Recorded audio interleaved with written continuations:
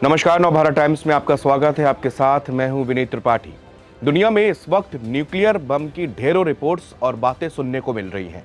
ये बातें तब शुरू हुई जब अमेरिका के राष्ट्रपति डोनाल्ड ट्रंप ने परमाणु परीक्षण करने की बात कही। उन्होंने कहा कि पाकिस्तान, चीन, रूस और नॉर्थ कोरिया जैसे देश छुपकर परमाणु परीक्षण कर रहे हैं, तो ऐसे में हम यानी कि अमेरिका क्यों पीछे रहेगा, हम भी न्यूक्लियर टेस्ट करेंगे। इनके कहने के तुरंत बाद अमेरिका ने मिनटमैन 3 अंतर महाद्वीपीय बैलिस्टिक मिसाइल का परीक्षण किया है। इस मिसाइल में कोई वॉरहेड नहीं था, लेकिन यह परमाणु हमला करने में सक्षम है। ये परीक्षण कैलिफोर्निया के वेंडेनबर्ग स्पेस फोर्स बेस से किया गया। मिसाइल ने लगभग 4200 मील की दूरी तय की और क्वाजालिन एटोल स्थित अपने लक्ष्य तक पहुंची। इस परीक्षण के बाद दुनिया भर में ये कहा जा रहा है कि अमेरिका ने एक कदम आगे बढ़ा दिया, यानी कि अब डर ये है कि कहीं इसकी होड़ ना हो जाए, क्योंकि नॉर्थ कोरिया और रूस पहले ही अल्टीमेटम इस मामले में दे चुके हैं। LGM-30G मिनटमैन अंतर्द्वीपीय बैलिस्टिक मिसाइल वायुसेना के ग्लोबल स्ट्राइक कमांड के नियंत्रण में अमेरिका की रणनीतिक निवारक शक्तियों का एक अंग है।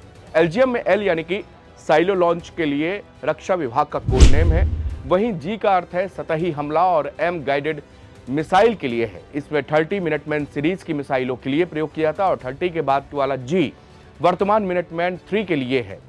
मिनटमैन एक रणनीतिक हथियार प्रणाली है जो अंतर महाद्वीपीय दूरी की बैलिस्टिक मिसाइलों का उपयोग करती है।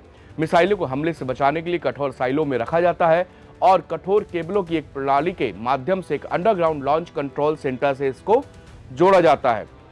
2 अधिकारियों वाली launching team launching control centre में 24 घंटे अलर्ट पर रहती है। यह टीम कई तरह के कम्युनिकेशन सिस्टम्स के जरिए राष्ट्रपति और रक्षा मंत्री के सीधे संपर्क पर होती है। अपनी सुरक्षा परिषद के साथ एक बैठक में कुछ दिन पहले बोलते हुए व्लादिमीर पुतिन ने कहा था कि अपने पहले के बयान की पुष्टि की और कहा कि मॉस्को केवल तभी न्यूक्लियर टेस्ट फिर से शुरू करेगा जब अमेरिका पहले ऐसा करेगा। लेकिन उन्होंने रक्षा और विदेश मंत्रालयों और अन्य सरकारी एजेंसियों को वाशिंगटन के इरादों का विश्लेषण करने और परमाणु हथियारों के टेस्ट को फिर से शुरू करने के प्रस्ताव पर काम करने का निर्देश दिया। वहीं न्यूज एजेंसी यूनहाप के मुताबिक किम जोंग उन पुंगेरी में नंबर 3 सुरंग का प्रयोग करके परमाणु परीक्षण करने का फैसला ले सकते हैं। अगर ऐसा होता है तो बहुत कम समय में इसे अंजाम दिया जा सकता है। एजेंसी ने यह भी कहा कि नॉर्थ कोरिया रूस की तकनीकी मदद से अंतरिक्ष सर्विलांस सैटेलाइट लॉन्च करने की भी तैयारी कर रहा था ताकि मौजूदा सैटेलाइट की तुलना में हाई रेजोल्यूशन वाले सर्विलांस सैटेलाइट को सुरक्षित किया जा सके। मिनटमैन हथियार प्रणाली की कल्पना 1950 के दशक के अंत में की गई थी और मिनटमैन फर्स्ट को 1960 के दशक में शुरुआत में ही तैनात किया गया था।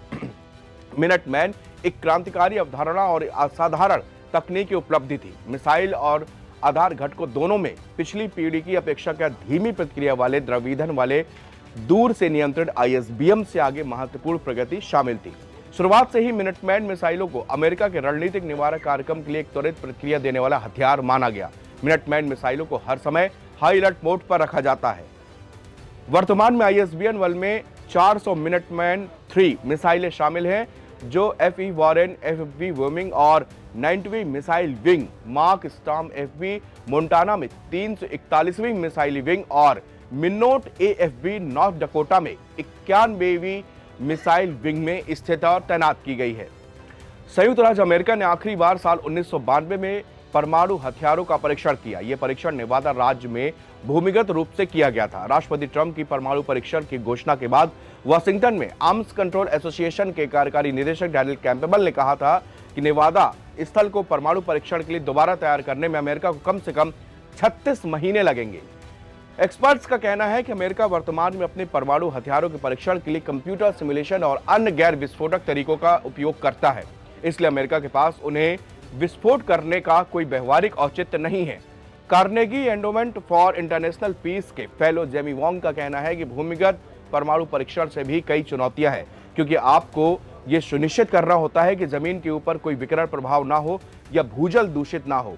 रूढ़िवादी अमेरिकी think tank the heritage foundation के रिसर्च फेलो रॉबर्ट पीटर्स ने BBC से बताया कि हालांकि हथियारों के परीक्षण का कोई वैज्ञानिक या तकनीकी कारण नहीं हो सकता, लेकिन उन्होंने कहा कि इसका प्राथमिक कारण विरोधियों को और एक बड़ा राजनीतिक संदेश भेजना हो सकता है।